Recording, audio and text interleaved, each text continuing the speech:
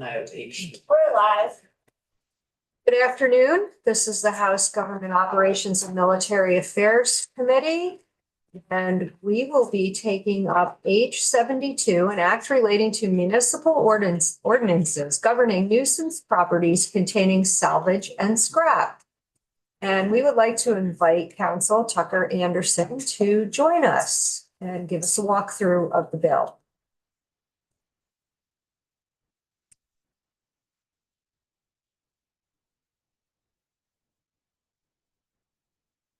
Good afternoon, Committee. Tucker Anderson, Legislative Council. You should have in front of you H72 as introduced. What level of specificity does the committee desire in the 15 minutes that you have allotted for H72 this afternoon? Should I start in ancient Iceland or in contemporary Vermont suffice? I think contemporary Vermont would be great. Great. Since we only have 15 minutes or so. Thank you. I Was not expecting that. am curious about ancient Yes. Iceland though. I wonder if we could just do that one part and then the rest can be Vermont. We will save it for S59 in the open meeting law. We'll start with the Icelandic alting of year 932, the first proto-democratic Republican model that was used where they met in open space. Can't This is wait. amazing. Great. All right. H72, Section 1 amends 10 VSA, Section 6618, which relates to the waste management fund that is administered by the Secretary of ANR. It has a new subdivision 11, if you are with me on page 2, that allows grants to municipalities for soil testing and cleanup on properties that have been foreclosed upon under 32 VSA Chapter 9. We will get to that chapter as we move through the bill.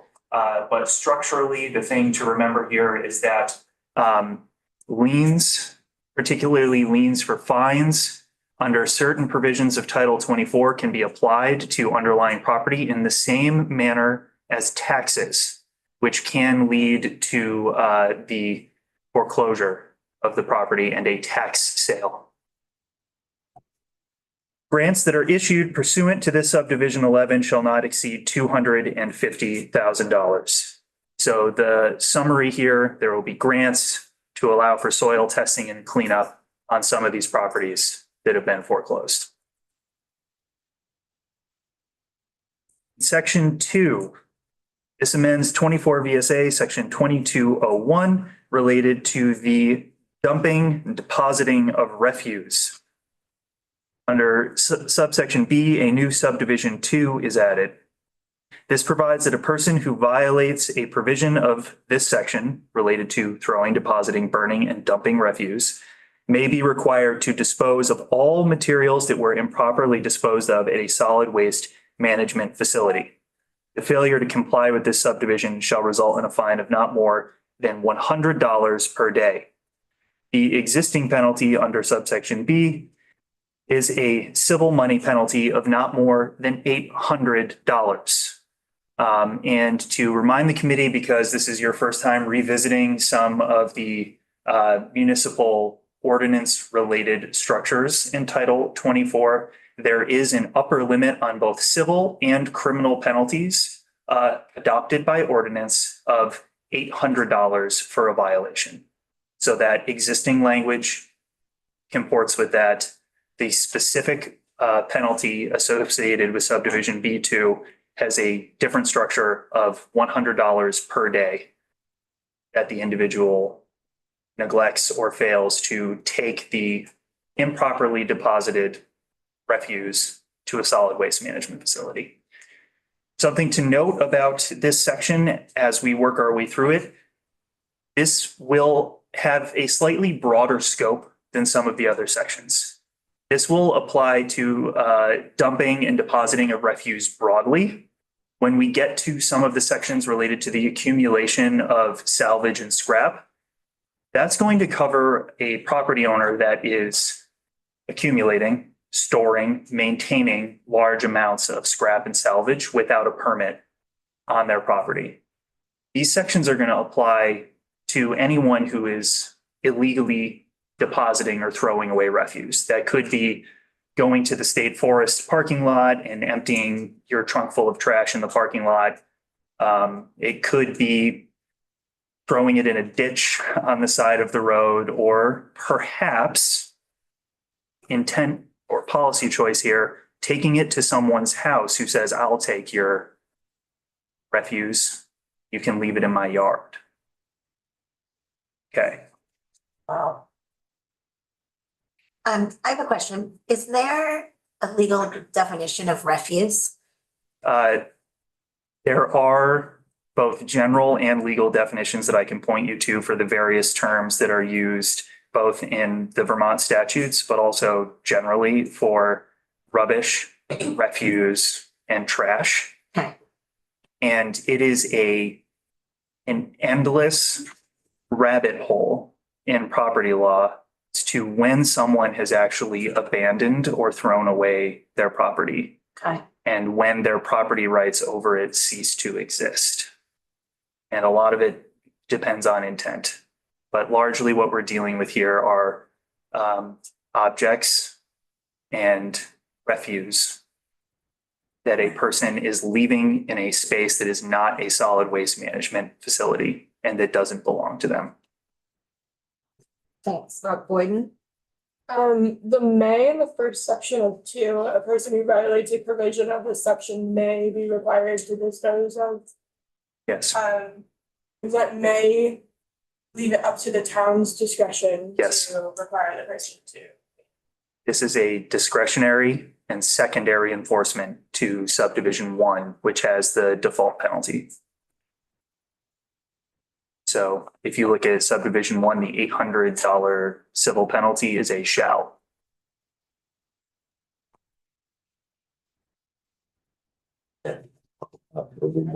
Any other questions? We're just gonna do an overview and we'll do. Yeah, we'll do You're right. the walkthrough. Yeah, yes. If we jump to page 3, we're in subsection, what is now going to be subsection C. There's new language in subdivision 4. Unpaid civil penalties, so that $800 civil penalty, or fines that are imposed pursuant to this section shall constitute a lien on the property in the same manner and to the same extent as taxes assessed on the grand list. We're going to see this language a few times as we move through this. And all procedures and remedies for the collection of taxes shall apply to the collection of penalties or fines. So the end road of some of these liens, depending on what the municipal corporation wants to do, could include a tax sale of a subject property.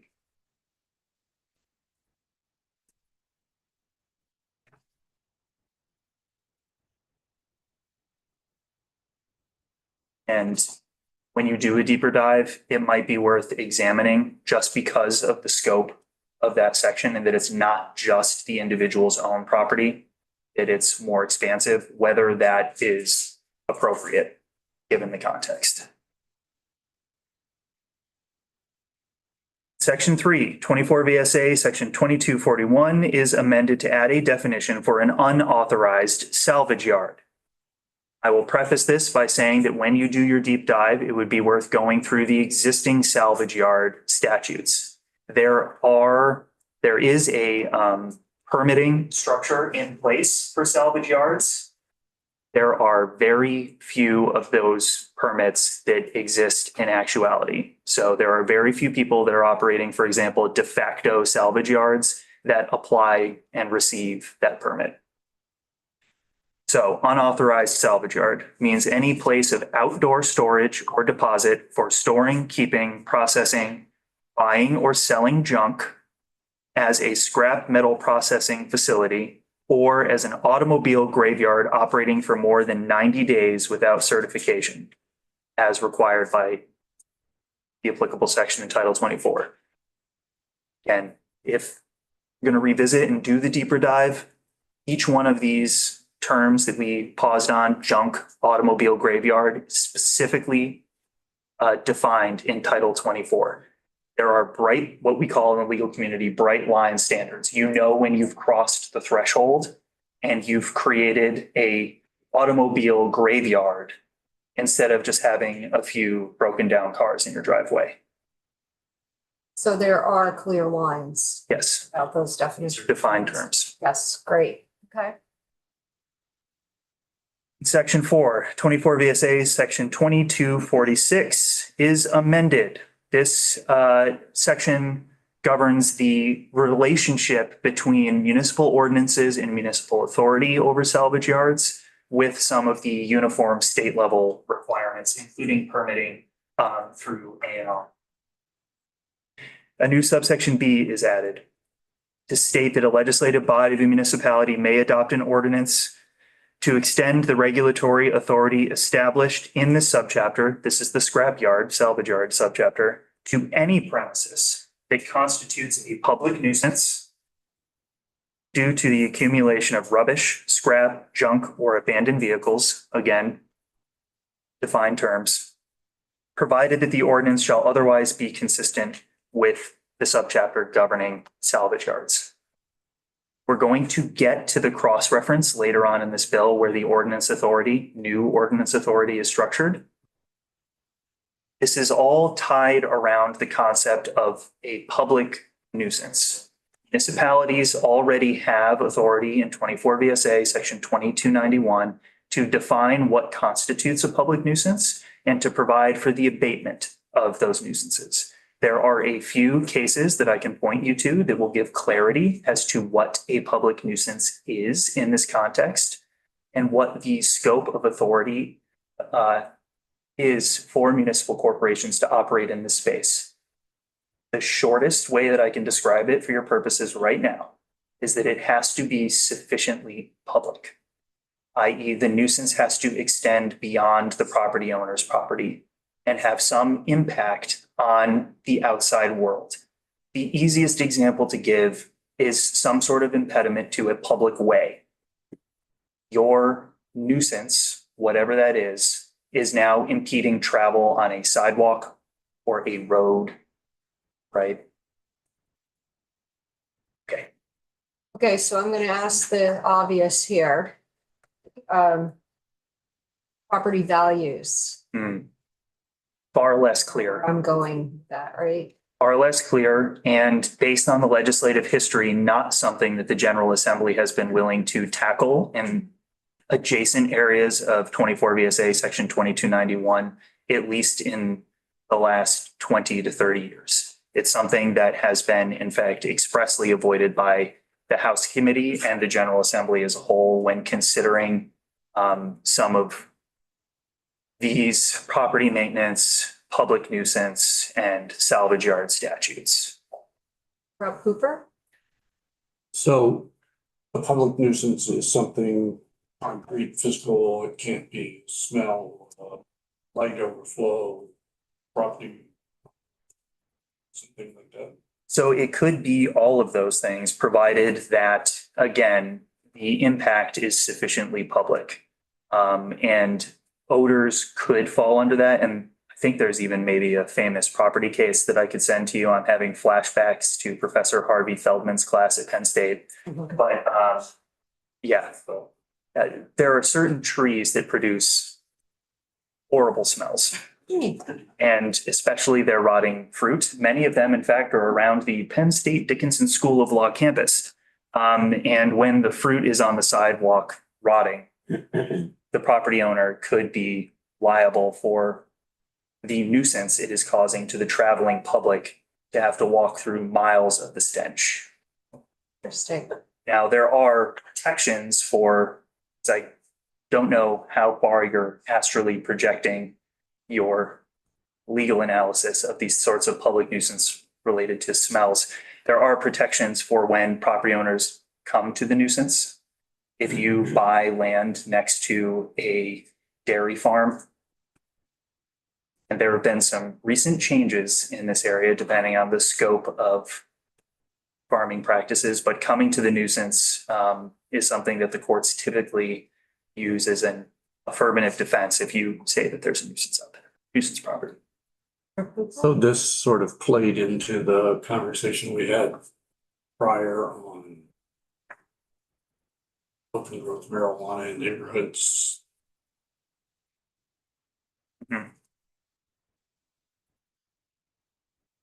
farming practice, so more delicate area of law than I would want to dive into right now without at least consulting with the ag team. But yes, I'm aware of those discussions. We're on page 5 now in section 5. This amends 24 VSA section 2282 to add a subsection B. It states that the unpaid civil penalties, we're still operating in the same subchapter here, or fines that are imposed on an unauthorized salvage yard premises shall constitute a lien on the property. Section 6, we have finally gotten to the meat and potatoes of this meal, which is the ordinance authority that will be granted under this bill to municipal corporations. This adds a new subdivision 31 to 24 VSA section 2291. Allows municipalities to extend the regulation of salvage yards pursuant to section 2246 to any premises that constitutes a public nuisance due to the accumulation of rubbish, scrap, junk, or abandoned vehicles. The municipality may determine that a premises constitutes a public nuisance when it interferes with common public rights in a manner that endangers the property or the health and safety of a considerable number of persons for a period of 90 days or more, working through a lot of criteria, without authorization pursuant to section 2242 of this title. So you had a few prongs to work through there.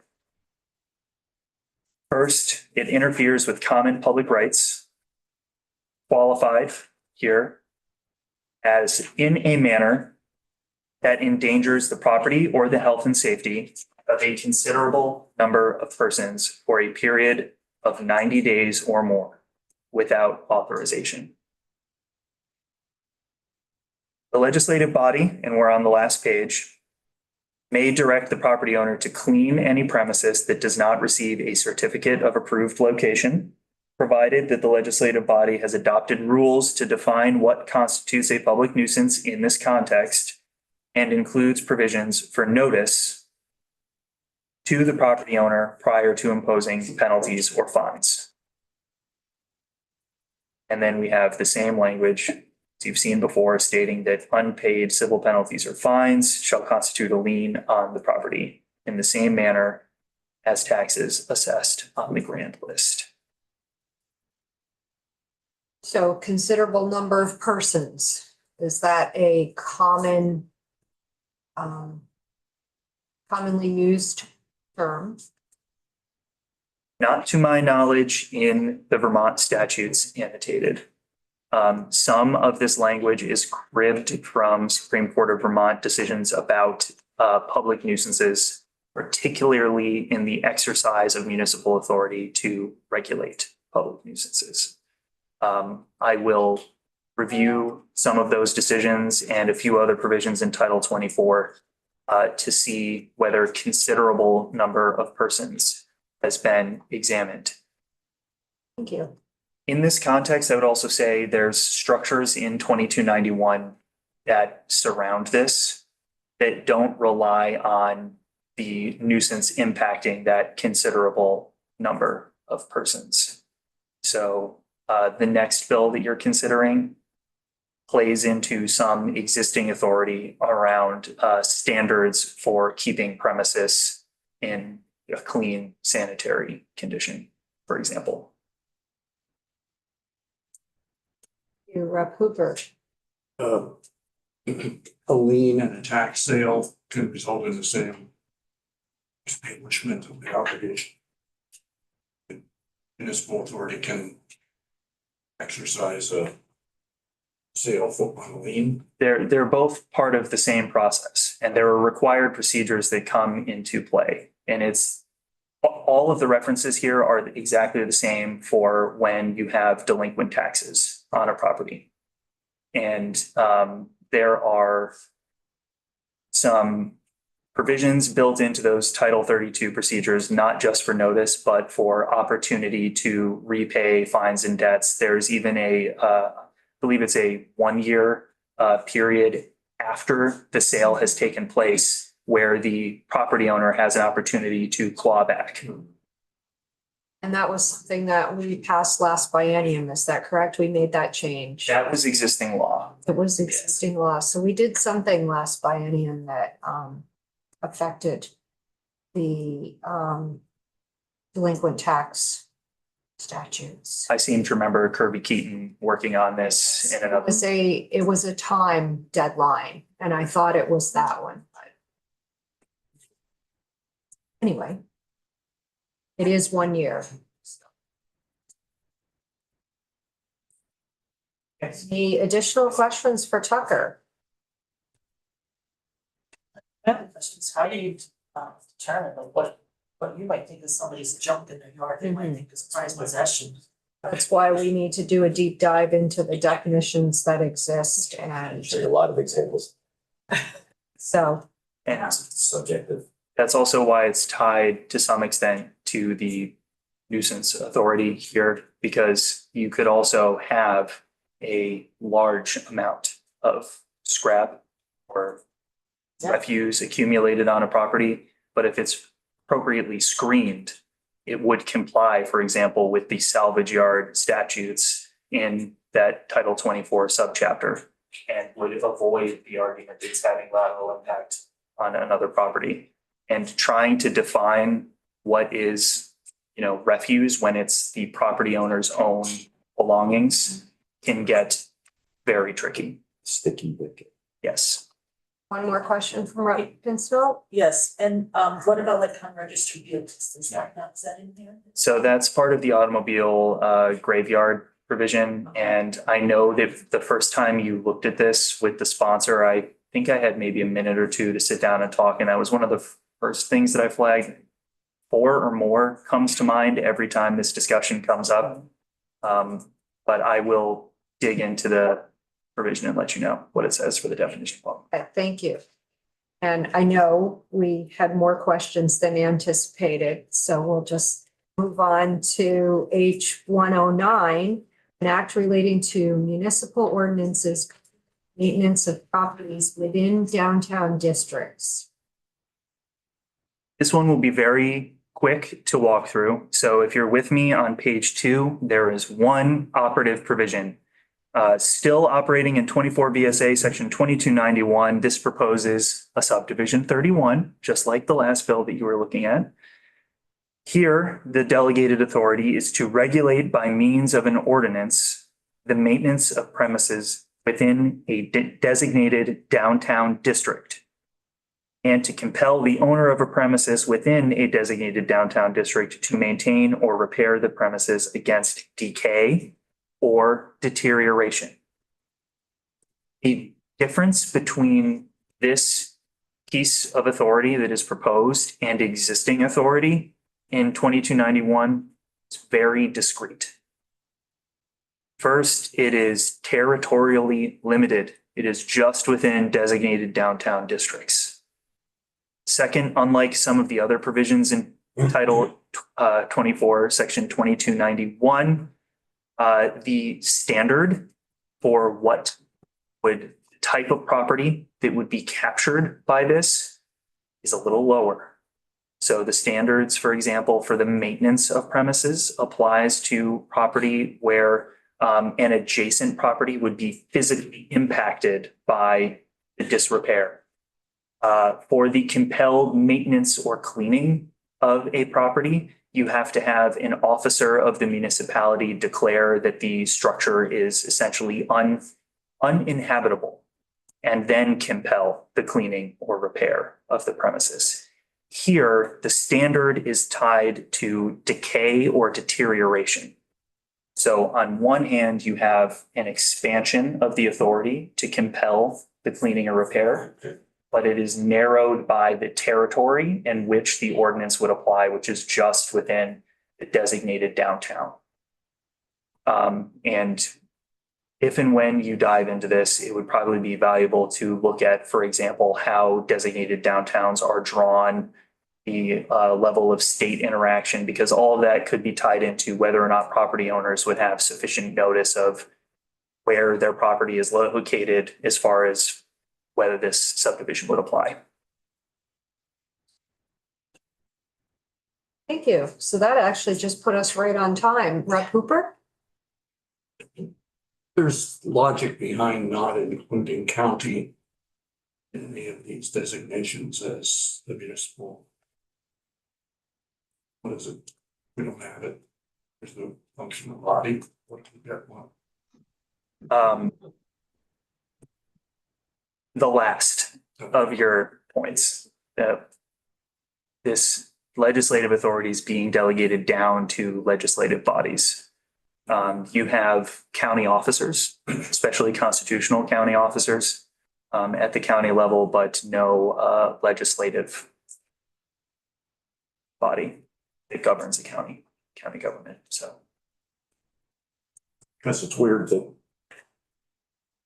City of Burlington could, in their downtown designated district, force somebody to do something with the building that was privately owned, and yet some of the city's buildings have fallen down and no enforcement ability there, right? I mean, the municipally owned buildings. Memorial Auditorium. I wasn't going to name the structure. Okay. It's an interesting question. Any additional questions for Tucker on this bill? Okay, thank you, Tucker. Thank you all. And we're gonna switch gears back to H72 again and invite folks who are on the Zoom screen. First up, we have Trevor Lashua. And if you could unmute yourself, Trevor, and introduce yourself to the committee, please. Good afternoon. Everybody. Name's Trevor Lashua. I'm the town manager in Randolph currently. Thank you for being with us.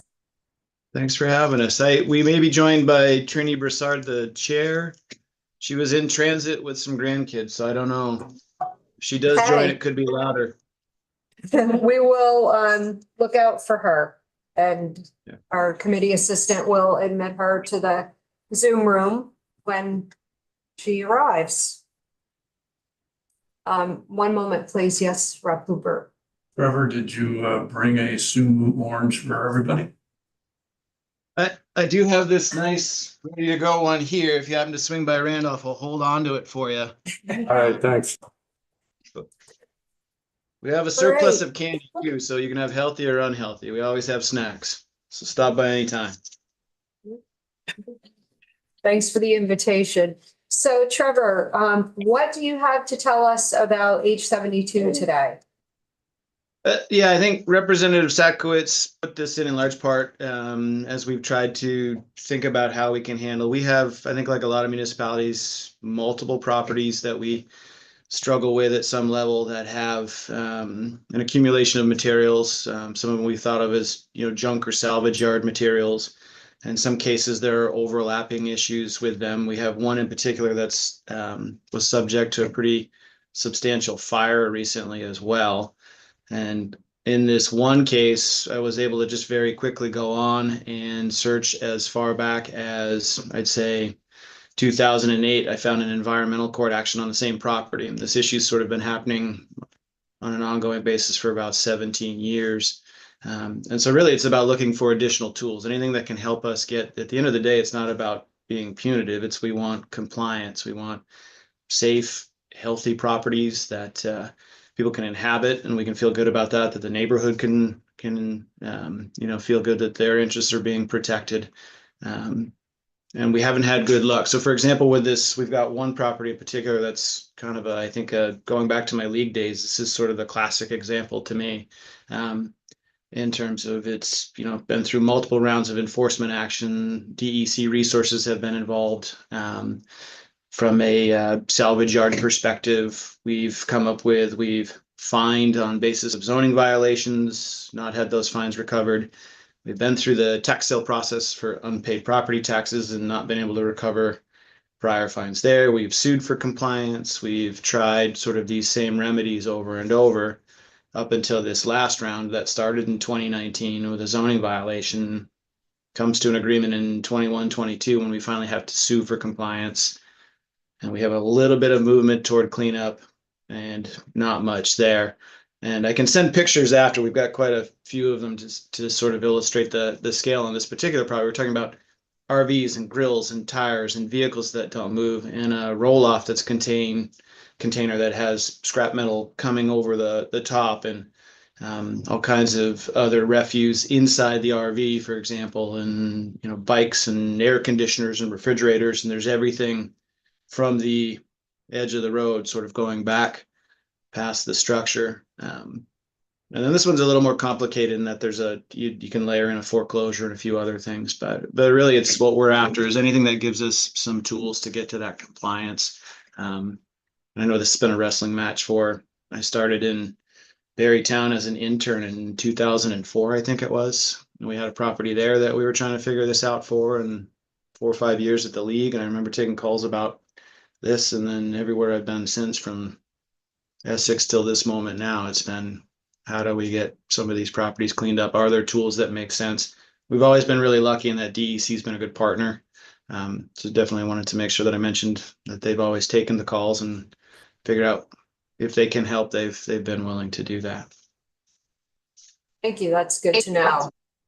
And I feel like we've also been, all of us have been in this position before. I think just about every town has something that maybe we wish looked different. So if you don't have anything more, we'll invite questions from the committee. Does anybody have questions for Trevor? Okay, and I assume Trini was going to give her perspective from just the complaints that the select board has heard.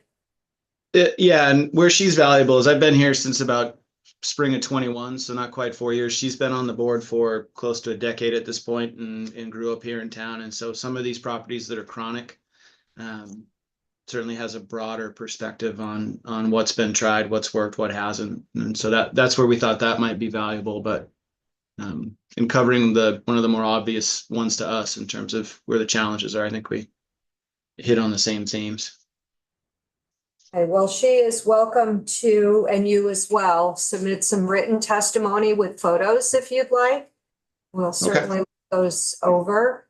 I expect that we'll be working on and off for a while on this bill because it is fairly complex. I think we would have already passed something if it were an easy thing to do. So there's a lot that we have to look into and learn about. So we'll be working on this periodically in between other bills. Great. Thank you for joining us. We appreciate that. Thanks for having me. Stop you're by Fort welcome. Warren. And we'll welcome you to stay on too if you'd like to hear. We're going to hear from the League of Cities and Towns next if you want to listen to the testimony. Sure. Thank you. Thank you. So next we have Josh Hanford from the Vermont League of Cities and Towns. Thank you very much for having us. For the record, Josh Hanford, Director of Intergovernmental Relations at the Vermont League of Cities and Towns. First, I'll just try to answer your question you had earlier about the changes to the municipal tax sale process. Last year, there was quite a bit, but there had always been a 1-year redemption period. What last year did was before, and I'm not going to get all the legal terms right, but before you could, initiate a tax sale, you have to have been delinquent for a full year before you can start that. And then there's the 1-year redemption period. What we've effectively heard is that this sort of additional year, complete year that you need to be delinquent before you can initiate a tax sale has really moved this to more like a 3-year process. But anyways, I will jump into H72. What we are thinking here in general, the league supports this bill, the efforts of this bill. As you've heard from Trevor and others, there are properties like this, practically in every municipality, and the tools to clean them up and get compliance are extremely difficult, and costly. I can understand that there may be, additional clarification, that maybe is needed. I would hate to think that someone would maybe fall under these new, provisions if, there was a farm and it was collecting some old tractors and car. I don't think that's the intent, but maybe there's some cleaning up to do here on that. The one piece that we find very useful, is about the, civil penalties and unpaid fines being included in the collection for tax sale. In fact, the Brattleboro Select Board has this as one of their top priorities this legislative session because they are incurring some significant expenses trying to clean up properties. If you have, dozens of refrigerators left behind, there are contaminants that seep into the soil. There's expensive disposal fees, et cetera. And so this, being able to recoup those fees and fines at the time of tax sale would be very helpful. In the flood bill that you all reviewed a few weeks ago, H 397, as it came out of Ways and Means, they added a minimum threshold to municipal tax sales to reach $1,500. So in addition to waiting a complete year of delinquent taxes, then starting the process, and then having a year to be able to pay your back taxes, the redemption period, and take back possession of that property, you also have to have reached a $1,500 back taxes. And that may not sound like a lot, and certainly, most municipalities don't really pursue tax sale as a remedy until they get to that level. It sort of came out of a working group that said that's reasonable. But there are cases where a municipality maybe has gone through multiple tax sale processes, and this is the next delinquency period, and they've sort of been there for multiple years of past taxes. And if there are expensive cleanup involved with that property, fees and fines, our view is that that is very appropriate to add that to the municipal tax sale process. And would help maybe municipalities sort of weather that storm of needing to wait till $1,500 has accrued, wait for that process. What if no one else bids? There's no investors. Then is the municipality often will bid on the property and own it so they can sort of resolve this problem for once and for all. Now taxpayers are going to be stuck with the cleanup expenses and so forth. So it is of interest to us to sort of try to add this element to the existing municipal tax sale process. And clearly, the more tools to address these problems that are right-sized and take into account, what you heard Tucker explain and others, where, there's a balance here. What is public nuisance? How much of an impact must it have? And trying to avoid any folks that maybe aren't the sort of obvious cases that most people would say, yeah, that does deserve a cleaning up. Understand you might have some more work to do there, but we don't have a full comprehensive, up and down review of this, but just wanted to give you a general sense that we're supportive of it, completely understand the goals, support those. And there are several municipalities that are dealing with very expensive cleanup of properties involved in a municipal tax sale that really could use this provision that would allow those fines to be recovered in the tax sale process. Yeah. Anybody have questions for Josh? Rep Nugent. I'm curious if I'm sorry if you had mentioned this when I was out, but if this is something that's commonly done by other municipalities, either in Vermont or other states. I will have to check on that. I believe that there are ways to sort of recoup those costs from cleanup and obviously manage nuisance and manage, trash or vehicles that have piled up. I'll say that it's interesting. I probably live about a mile from a home that over the last 7 years, I think there's now a 10th car in the front yard and, refrigerators and so forth. And, don't have any reason to have an issue with the owner of the property. But at some point, that is going to be an expensive cleanup for someone. And I don't know who is going to pay for that and how that's going to happen. But you can see the sort of path that this property is going down and realize it's going to have to result in someone cleaning it up at some point. But I will get back to you on how maybe other states have dealt with this. Any questions? That end of the table? All right, well, thank you, Josh.